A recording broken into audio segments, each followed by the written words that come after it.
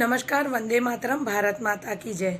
आज हम लोग हनुमान जी के टेम्पल में भंडारा खाने के लिए गए थे और मैं अवश्य जाती हूँ क्योंकि मुझे वो लगता है कि भंडारा खाने का एक अलग ही मज़ा इसलिए है क्योंकि सबसे पहले वो मंदिर के प्रांगण में होता है, दूसरा वो भगवान का प्रसाद होता है और तीसरा मुझे अच्छा लगता है कि वहाँ गाड़ी वाला भी एक ही लाइन में बैठकर खाता है और जो मांग कर खाते हैं वो भी एक ही लाइन में बैठकर खाते हैं।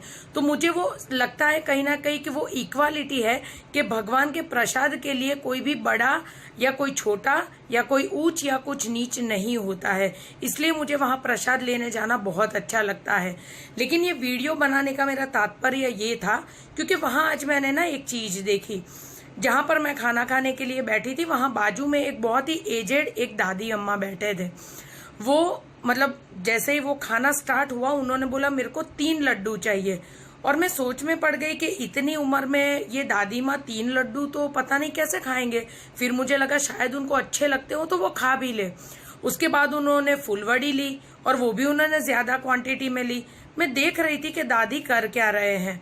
फिर जैसे ही खाना सब कुछ परोस दिया गया उसके बाद उन्होंने धीरे से अपनी थैली से एक डब्बा निकाला और सबका ध्यान चूक हो उस तरीके से धीरे से 2 लड्डू लेकर उन्होंने वो डब्बे में डाल दिए और वो फुलवड़ी लेकर भी उन्होंने डब्बे में डाल दी और मेरी नजर उनके ऊपर थी इसलिए मैंने वो देख लिया। उसके बाद उन्होंने मेरे को बोला आप मंदिर के किसी भी लोग को मत बताना करके। मैं कहा नहीं नहीं दादी, ये किसके लिए लेके जा रहे हो? उन्होंने ये बोला कि ये मैं अपने बेटे के लिए लेकर जा रही हूँ क्योंकि मेरा बेटा सुबह 10 बजे ना मजदूरी करने के लिए निकल जाता है और मैं लड्डू घर पे नहीं बनाती हूँ, तो अपने बेटे के लिए लेकर जाऊंगी ताकि वो लड्डू खा सके। मुझे मंदिर में बैठकर ये फील हुआ कि भगवान की अगर कोई अद्भुत अगर कोई रचना है ना तो वो है माँ। क्योंकि एक माँ अपने बच्चे के लिए भूखी भी रह सकती है, चाहे वो कितनी भी बीमार होगी अपने बच्चे के लिए उसको जो अच्छा लगता है वो खाना भी बनाती है। और एक माँ होती है जो अपने बच्चों के लिए चोरी करने से भी नहीं चूकती है। तो ये बहुत अच्छा लगा मुझे उनके मुंह से सुनकर।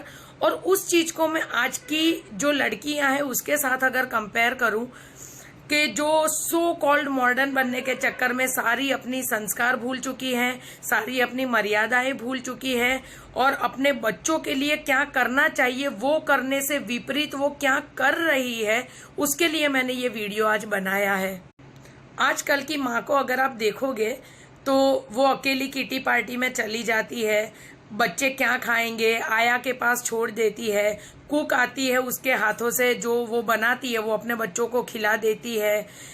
दूसरी बात कि जहां मुझे ऐसा लगता है कि आप लोग अगर मेरे एज से या मेरे से थोड़े बड़े हैं तो रिलेट कर पाएंगे कि आपके 6-7 मामा हुआ करते थे या मौसी हुआ करती थी 4-5, मतलब एक जिसको बोलते हैं कि जॉइंट फैमिली वाला फील, काका मामा दादा सबके साथ वो प्यार से रहना, वो संस्कारों का सिंचन होना, वो अभी बहुत दूर दूर तक दिखाई नहीं देता है।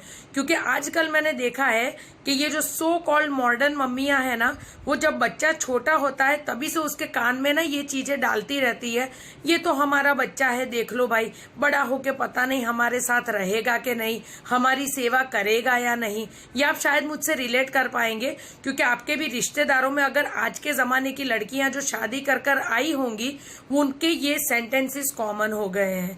मतलब वो लड़का जहाँ खेल रहा है वो सुन रहा है कि मेरे माँ बाप को ना मेरे से कोई उम्मीद है और ना मेरे को उनको रखने की कोई जरूरत है। मतलब बच्चे का पहले से ही परवरिश ही उस तरीके से होता है कि तू हमें नहीं रखेगा तो हम मेंटली प्रिपेयर्ड है, चाहे हम मरने पड़े तू हमारी अगर सेवा नहीं करेगा हम मेंटली प्रिपेयर्ड है। क्या ये मॉडर्न है? मैं आप लोगों से पूछना चाहती हूँ। दूसरी बात, अगर आप लोगों ने मार्क किया हो आजकल ना अपने बच्चों को गधे की रेस में फिट करने की एक अलग कंपटीशन चल रही है माओ की। क्योंकि मेरे को नहीं लगता ज्यादातर है ना फादर्स इतने इन्वॉल्व होते हैं जितनी माएँ इन्वॉल्व होती है अपना सो कॉल्ड स्टेटस दिखाने के चक्कर में। उन लोगों को लगता है कि अगर उनका बच्चा अगर इंग्लिश नहीं बोलेगा तो दुनिया का सबसे बड़ा गुनाह हो जाएगा। ऐसा एक माँ की अभी स्टेटस जो मैं बोल रही हूँ, बहुत सारी माँओं को ऐसा लगता है कि बड़ी स्कूल में पढ़ाना, चाहे अपना बच्चा ग्रास्प कर सके या ना कर सके, लेकिन बच्चों को बड़ी स्कूल में जबरदस्ती डालो, स्विमिंग सिखाओ, स्केटिंग सिखाओ, ड्राइंग सिखाओ, डांस सिखाओ, ये सब सिखाओ सिवाय के संस्कार के। ऐसा मुझे लगता है ये मेरी मान्यता है, शायद अगर आप रिलेट कर पाओ तो। और अगर उनके बच्चों को धार्मिक अगर 2 लाइन भी पूछ लो कि किस त्योहार का क्या महत्व है, उनके बच्चों को नहीं पता होता है। सबसे पहली बात कि वो दादा दादी के प्यार से वंचित है, क्योंकि अभी है ना बहुत सारे फैमिलीज ना न्यूक्लियर फैमिलीज हो गए, जॉइंट फैमिलीज नहीं रहे हैं। तो उस वजह से बच्चा धर्म का कुछ सीख ही नहीं पा रहा है।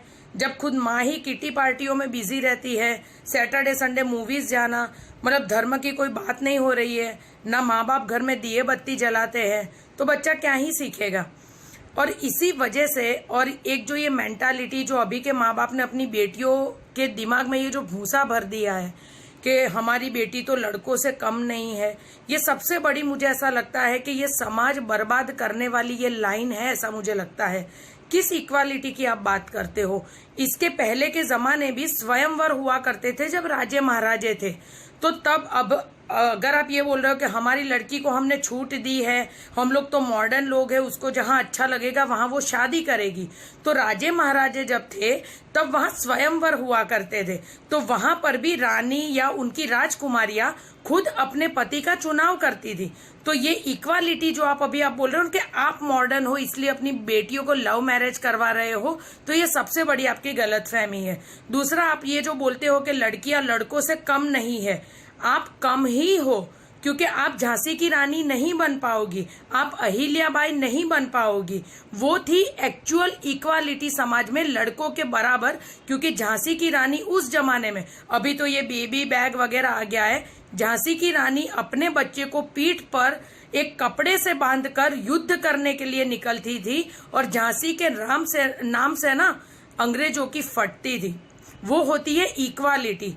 अगर अहिल्याबाई अगर अपने पति से ज्यादा अगर उन्होंने नाम कमाया है, प्रजा अगर उनका इतना सम्मान करती थी, उनको पूजती थी, तो आप किस इक्वालिटी की बात करते हो? कुंती ने अपने जितने भी पुत्र थे वो किनसे होंगे, वो चुनाव उन्होंने खुद किया था।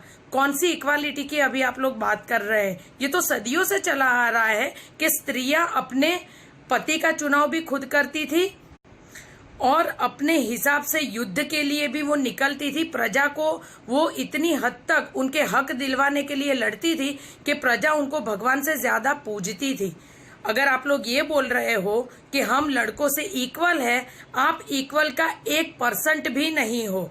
अगर आपको सो कॉल्ड अबला नारी बनकर केस करने हैं लड़कों पर, तो आप जरा भी इक्वल नहीं हो, क्योंकि लड़कियां अगर ये जो अभी के जो कायदे हैं अगर उसका मिसयूज कर रही है और फिर बोल रही है कि हम लड़कों के बराबर है, तो ये आपकी और समाज की सबसे बड़ी गलतफहमी है।